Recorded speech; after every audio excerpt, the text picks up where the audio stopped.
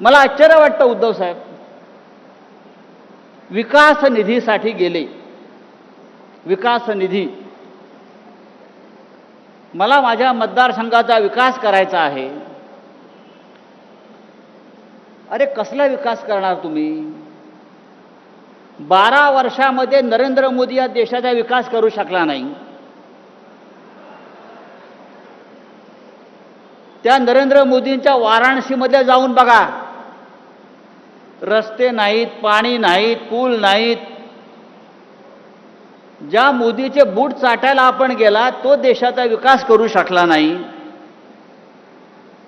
तुम्ही काय विकास करणार आहात? आणि कोणाकडे गेले?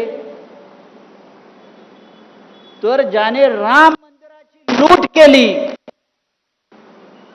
राम मंदिराच्या दानपेटीतले 2000 कोटी रुपये ज्या मोदीच्या लोकांनी चोरले,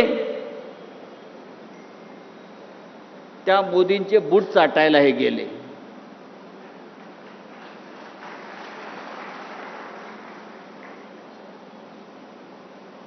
तर देशमुखला जाऊन सांगा, ही शिवसेना आहे आणि शिवसेना कधी संपत नसते. ठाकरे कधी संपत नसतात.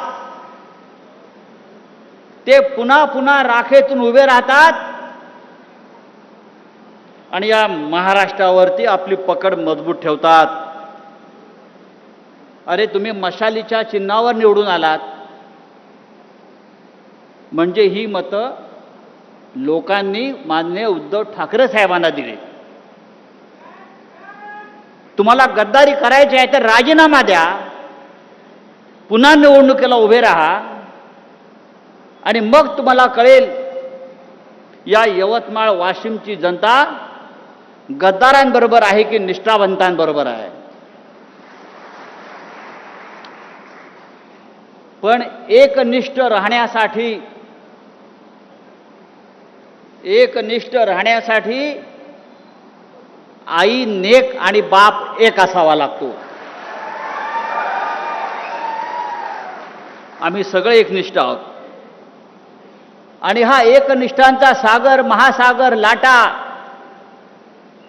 या गद्दारांना तडाखे देऊन तुडवल्याशिवाय राहणार नाहीत. उद्धव साहेबांचं काल नागपूरला आगमन झालं. प्रचंड गर्दी, प्रचंड. जिथे नजर जाईल तिथे माणसं त्यांच्या स्वागताला उभी.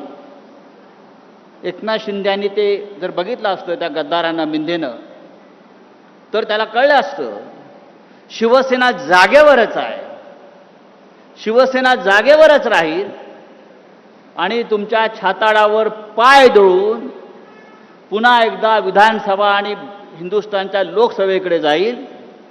ही आजची सभा, आजचा मेळावा निष्ठावंतांचा आम्हाला तेच सांगतोय. यवतमाळ हा कायम हिंदू हृदय सम्राट बाळासाहेब ठाकरे यांच्यावर